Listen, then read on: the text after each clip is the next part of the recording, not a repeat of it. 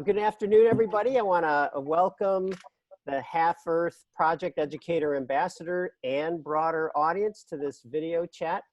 I have two guests today on a fascinating and fun, I'll call it a fun summer biology topic, and the topic is moths.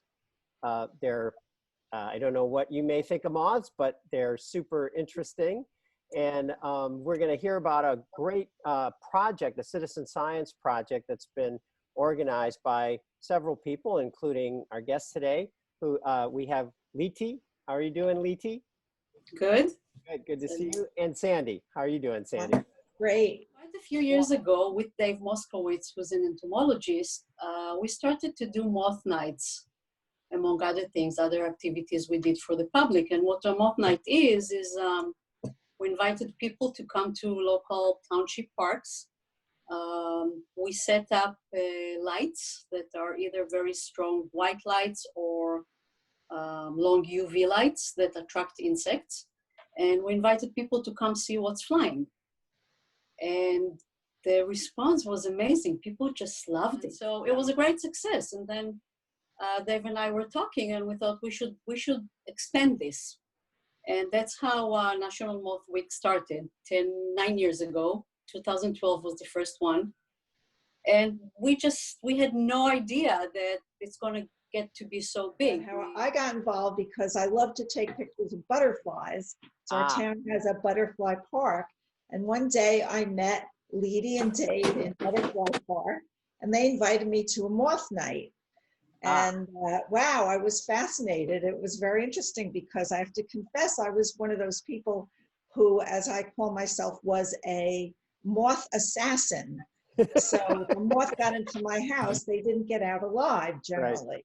So I was fascinated, and the moths landed on my hand. There were some really good moths that night. So that's sort of what I've been doing for the last several years, is helping to get the word out to disbelieving non-entomologists, non-fans of moths, and raise awareness about how interesting they are, how beautiful they actually are, and how much fun it is to watch them. The summertime is a good time for attracting a lot of moths. It's a very good time for seeing moths in the Northeast, which is where we are. Yep. It's not ideal. In some parts of the world, it's not the ideal time. But we think it's important that we have the 1 week where everybody gets together all over the world. And there have been discussions about maybe adding another week for the Southern Hemisphere. It's a thought. Yes, because you're right. It's dead of winter in the Southern Hemisphere, isn't it? Yeah. So that's a really interesting dimension of this. So you sort of formed this group in New Jersey. You've got these interests. You already mentioned you coordinated with kind of a smaller weekend activity that was going on. Then it spread nationally, and now it sounds like internationally. I mean, absolutely. Yeah.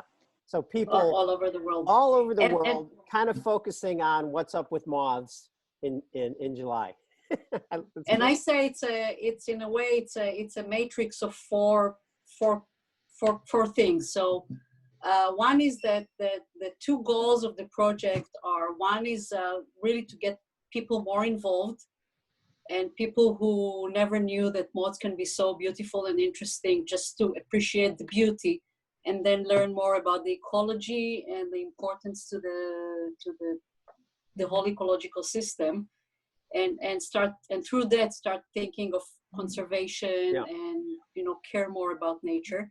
And the other goal is really to collect good observations, which can become good data for scientists to analyze.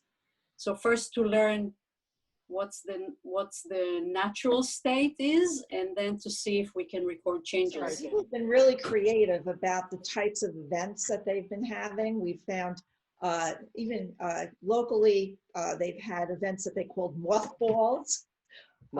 Getting people out. They played the old film Mothra at one of the events we went to. Oh yeah. we've seen events at national parks and national monuments out in the West. Even the Grand Canyon one year had an event, a moth night. We've seen sleepovers that families have had in their own backyards as private events. Yep.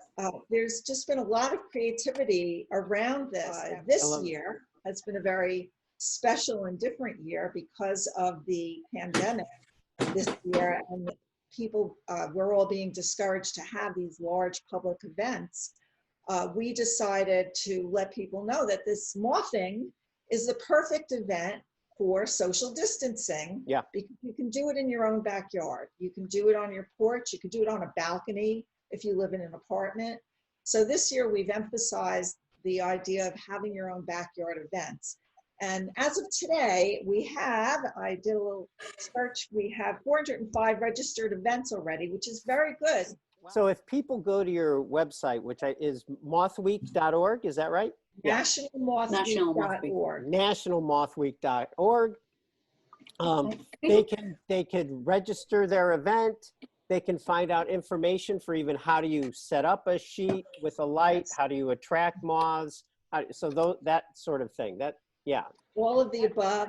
Mm-hmm. Yeah. Yep.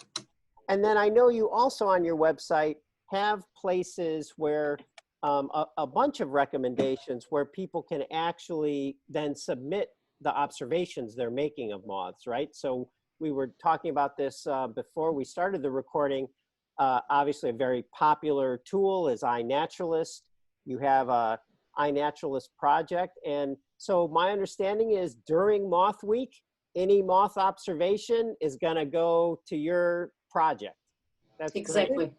Right. We want everyone from whatever age they are, even little kids, to think of themselves as a citizen scientist who can actually contribute to knowledge about moths, because people take pictures of a moth they see in the Northeast and someone can say, well, wow, we've never seen that moth in the Northeast. So just by posting their photos, they could be contributing. And there have been new moth species found over the last couple of years during National Moth Week. So, as a butterfly person, how did you make that transition to moths, and what sort of hooked you? Like I've heard this funny thing. I have friends who refer to butterflies as day moths.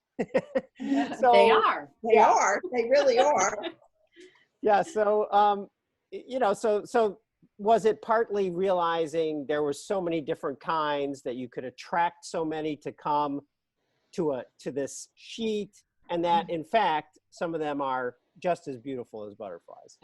I was just enthralled at my first moth night. I was like a kid. We had a lot of little kids. In fact, I took a lot of pictures of the kids, and I had a really large moth, maybe one of the Polyphemus was on my hand. So I have pictures of that.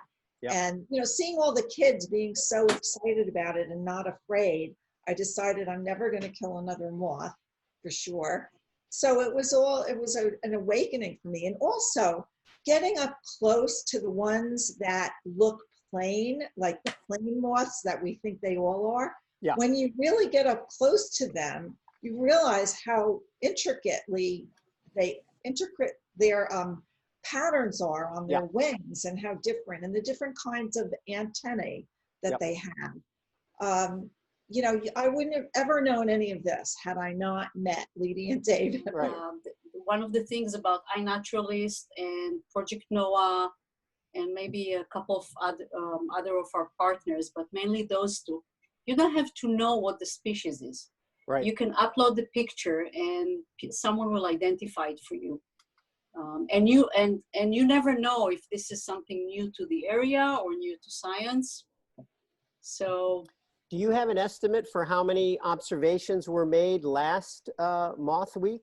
How many individual observations ended up getting loaded onto all these various citizen science platforms? Do you know? I think on iNaturalist there were 27,000 submissions. Right. And last year we focused on moths as pollinators, because that was a big topic last year with the decrease or decline in honeybees. And we wanted to focus on the fact that moths are extremely important as pollinators. Yep. And there just happened to be a really interesting paper that came out of, I think it was the UK last year, about moths as pollinators and how they moved even farther to different fields when they were pollinating. There's even more information that's come out on that. So I want to emphasize how important they are to the environment. You really don't have to go and you don't have to go into the forest to see moths. You can go Right. out to your porch light. Yeah. Because we're creating this light pollution, but it actually helps us, and especially participants in the project, to very easily find those creatures. Right. Just go out and open up your eyes and look for interesting things. And again, if you're really interested, there's a lot of information on how to find moths on our website. And we are always happy to answer questions. You can contact me through the website. If I don't know the answer, we have our team.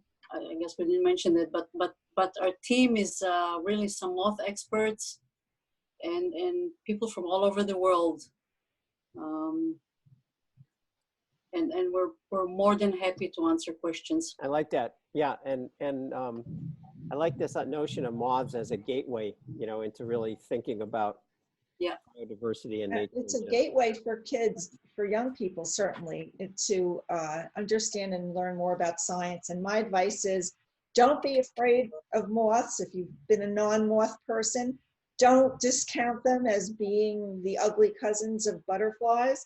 When you get up close to a moth, you just discover an incredible creature that has so many distinctions about it, from its antennae to the patterns on its wings to its size. They're really fascinating. And you know, if I can get interested in moths, anybody can get interested.